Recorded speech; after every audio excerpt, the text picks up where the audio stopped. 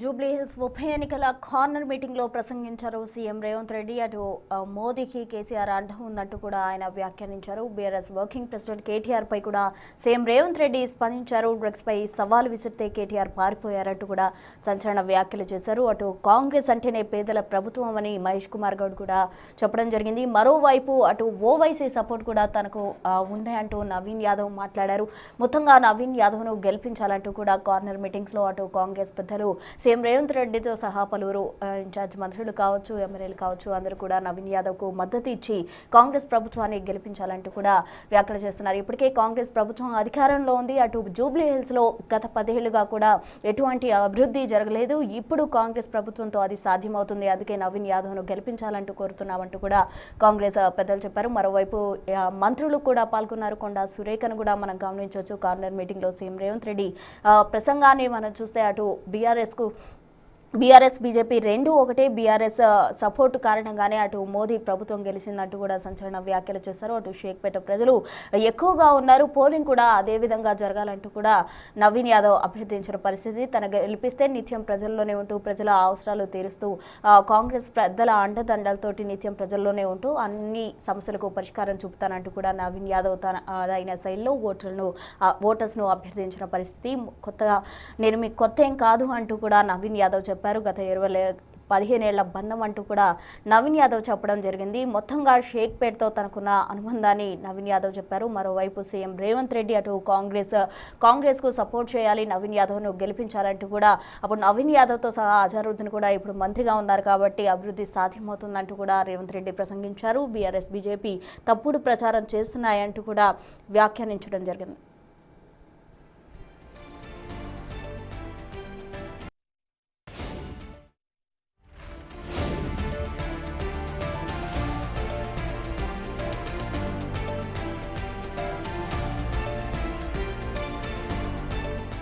Breaking news. BRS working president KTR పై స్పందించారు CM Revanth Reddy. Drugs పై సవాలు విసిరితే కేటీఆర్ పారిపోయారని అన్నారు.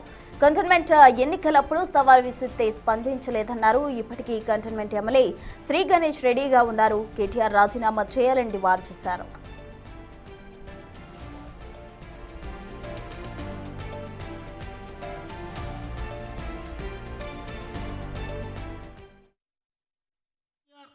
చర్చలకు సవాల్ అంటున్నాడు.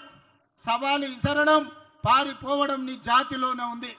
గంజాయి డ్రగ్స్ గురించి టెస్టులు అంటే నేను విశ్వేశ్వరరెడ్డి అమరవీరుల స్థూపం దగ్గర 6 గంటలు వెయిట్ చేసినాం, రాలేదు. అసెంబ్లీలో చర్చలు చేద్దామంటే నువ్వు నీ అయ్యా ఇద్దరు అసెంబ్లీకి రాకుండా పారిపోయినరు. మొన్నటికి మొన్న కంటోన్మెంట్లో శ్రీ గణేష్ను గెలిపిస్తే 4000 కోట్లతో అభివృద్ధి చేసినా నేను చెప్తే సవాలు విసిరిండు. 4000 కోట్లు ఎక్కడిచ్చారో చెప్పు, నేను రాజీనామా చేస్తాను. శ్రీ గణేష్ 5000 కోట్ల రూపాయల జీవోలు చూపిస్తే రాజీనామా చేయకుండా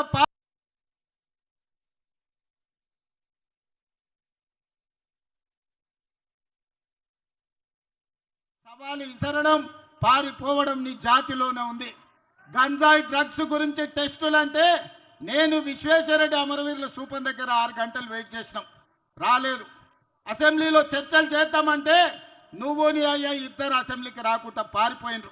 మొన్నటికి మొన్న కంటోన్మెంట్లో శ్రీ గణేష్ను గెలిపిస్తే 4000 కోట్లతో అభివృద్ధి చేసినా నేను చెప్తే సవాలు విసిరిండు. 4000 కోట్లు ఎక్కడిచ్చారో చెప్పు, నేను రాజీనామా చేస్తాను. శ్రీ గణేష్ 5000 కోట్ల రూపాయల జీవోలు చూపిస్తే రాజీనామా చేయకుండా పారిపోయిన కేటీఆర్ ఇవాళ మళ్ళా చర్చలతోని సవాళ్ళు విసురుతున్నారు. నీలాంటి సన్నాసులు సవాలు విసురితే మా కాంగ్రెస్ పార్టీ కార్యకర్తలు పట్టించుకోరు. ఒకవేళ నువ్వు సవాలు విసిరేది నిజమే అయితే కంటోన్మెంట్లో శ్రీ గణేష్ తయారుగా ఉన్నాడు. అక్కడ నిధులు ఏమిచ్చిండ్రో నువ్వు వాటి జీవోలు ఇస్తాడు. ఫార్ములా ఈ కేసులో ప్రాసిక్యూషన్కి అనుమతి కోరిండ్రు గవర్నర్ను. గవర్నర్ ఎప్పుడు అనుమతి ఇచ్చిండు. ప్రాసిక్యూషన్కి అనుమతి ఇచ్చుడు అంటే ఏంది? నన్ను ప్రాసిక్యూట్ చేయమనే కదా. ఇక మళ్ళీ ఛార్జ్ షీట్ వేసినాక మళ్ళీ ఆయన దగ్గరికి ఎందుకు పోవాలి? అసలు విషయం లేదు కాబట్టి, ఛార్జ్ షీట్లో అసలు విషయమే లేదు కాబట్టి, అదొక తుపేలు లొట్టపీస్ కేసు కాబట్టి దాన్ని ఏం చేసిండు? తీసుకుపోయి మళ్ళీ గవర్నర్ దగ్గర పెట్టినట్టు పెట్టిండు.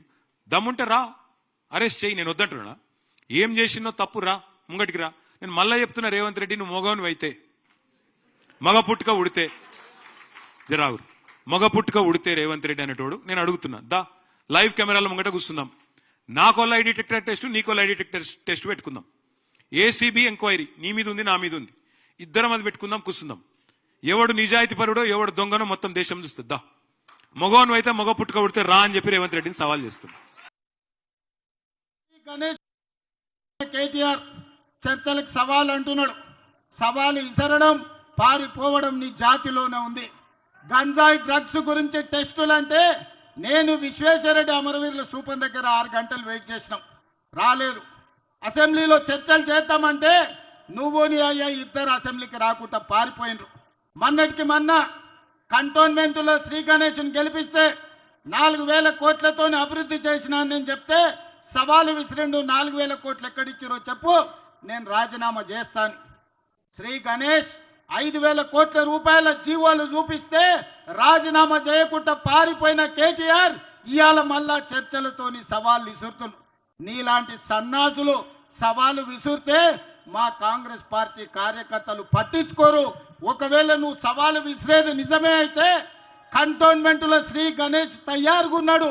అక్కడ నిధులు ఏమిచ్చిండ్రో నువ్వు వాటి జీవోలు ఇస్తాడు, నువ్వు రాజీనామాకు సిద్ధంగా అని చెప్పి ఇవాళ కేటీఆర్కు నేను సవాలు విసురుతున్నా. ఫార్ములా ఈ కేసులో ప్రాసిక్యూషన్కి అనుమతి కోరిండ్రు గవర్నర్ను. ప్రాసిక్యూషన్ గవర్నర్ ఇప్పుడు అనుమతి ఇచ్చిండు. ప్రాసిక్యూషన్కి అనుమతి ఇచ్చుడు అంటే ఏంది? నన్ను ప్రాసిక్యూట్ చేయమనే కదా. ఇక మళ్ళీ ఛార్జ్ షీట్ వేసినాక మళ్ళీ ఆయన దగ్గరికి ఎందుకు పోవాలి? అసలు విషయం లేదు కాబట్టి, ఛార్జ్ షీట్లో అసలు విషయమే లేదు కాబట్టి, అదొక తుపేలు లొట్టపీస్ కేసు కాబట్టి దాన్ని ఏం చేసిండు? తీసుకుపోయి మళ్ళీ గవర్నర్ దగ్గర పెట్టినట్టు పెట్టిండు. దమ్ముంటే రా, అరెస్ట్ చేయి, నేను వద్దంటున్నా. ఏం చేసిందో తప్పు, రా ముంగటికి రా.